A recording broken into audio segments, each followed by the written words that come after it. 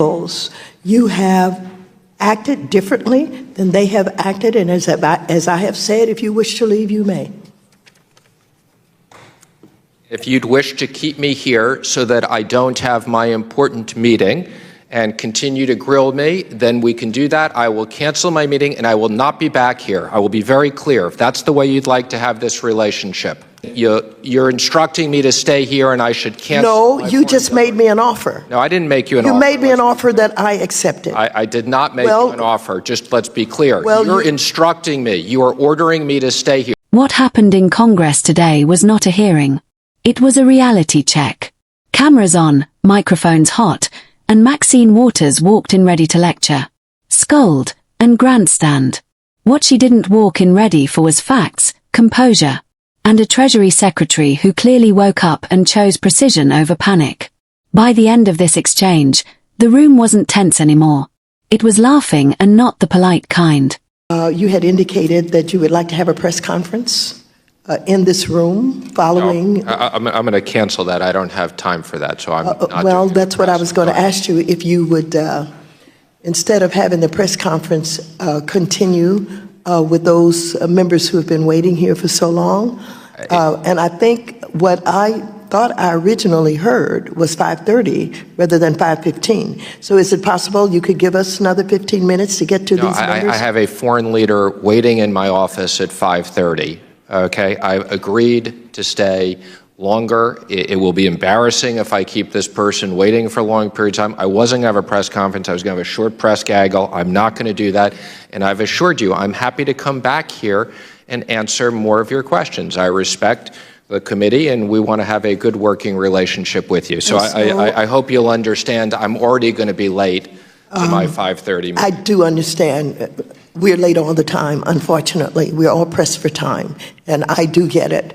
However, I think I indicated early on that we would request or require that you come back at least 2 more times in the month of May.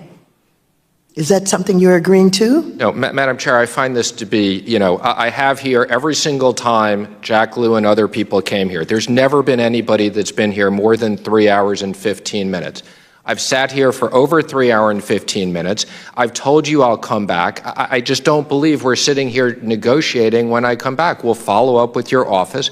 How long would you like me to come back for next time? I've told you I'll accommodate you. I appreciate that, and I appreciate your reminding us of the length of time other secretaries have been here. This is a new way, and it's a new day, and it's a new chair, and I have the gavel at this point.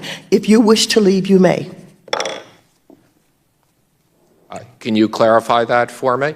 Yes, clarify is this. So if you wish to leave, you may.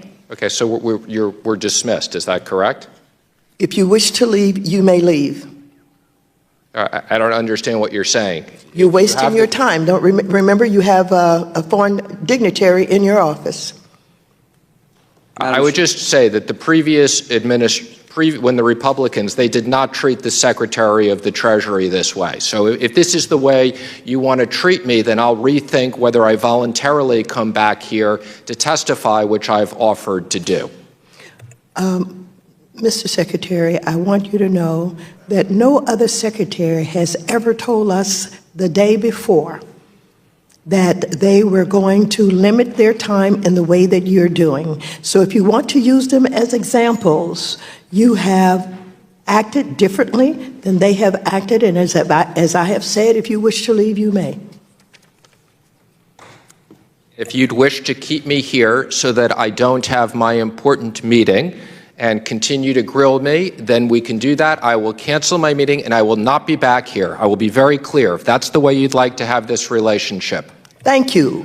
The gentleman, the secretary, has agreed to stay to hear all of the rest of the members. Okay, please so just cancel your meeting to the press. and respect our time. I am Who is next on the list? My foreign meeting. You're instructing me to stay here and I should cancel. No, you just made me an offer. No, I didn't make you an offer. You made me an offer that I accepted. I did not make you an offer. Just let's be clear. You're instructing me. You are ordering me to stay here. No, I'm not ordering you. I'm responding. I said you may leave anytime you want. And you said, okay, if that's what you want to do, I'll cancel my appointment and I'll stay here. So I'm responding to your request. If that's what you want to do. That's not what I want to do. I told you. What would you like to do? What I've told you is I thought it was respectful that you'd let me leave at 5:15. You are free to leave anytime you want. You may go well then, anytime you want. Please dismiss everybody. I believe you're supposed to take the gravel and bang it. That's Please do not instruct me as to how I'm to conduct this committee. I watched Maxine Waters come in with the usual energy, finger wagging, dramatic pauses, and that familiar tone that says, I've already decided you're guilty. The questions weren't really questions. They were speeches disguised as questions. The goal wasn't answers. It was headlines. But here's the problem. Speeches fall apart when someone actually responds instead of playing along. Instead of getting flustered, the Treasury Secretary calmly pushed back politely, clearly, and with facts that didn't ask for permission to exist. And suddenly, Maxine Waters wasn't leading anymore.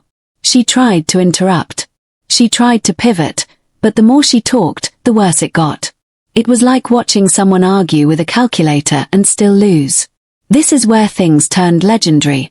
As her claims unraveled in real time, members of Congress started reacting, raised eyebrows, side glances, and then laughter. Actual laughter, not scripted, not planned, just the natural response when confidence meets contradiction. You could feel the room thinking the same thing. Is this really happening? And if you appreciate moments when political theater crashes into reality, go ahead and click that subscribe button because these are the moments worth breaking down. The funniest part. No jokes were needed. Maxine Waters did all the work herself. Every interruption made things worse. Every attempt to regain control only highlighted that she had already lost it. The Treasury Secretary barely had to say a word. The facts were doing stand-up comedy on their own. This hearing exposed a pattern. When outrage replaces preparation, embarrassment follows. Maxine Waters wasn't debating. She was performing. And when the performance met reality, the audience laughed her right off the stage. This wasn't about party politics. This was about credibility, and one side clearly forgot to bring it. By the end of the hearing, the outcome was clear.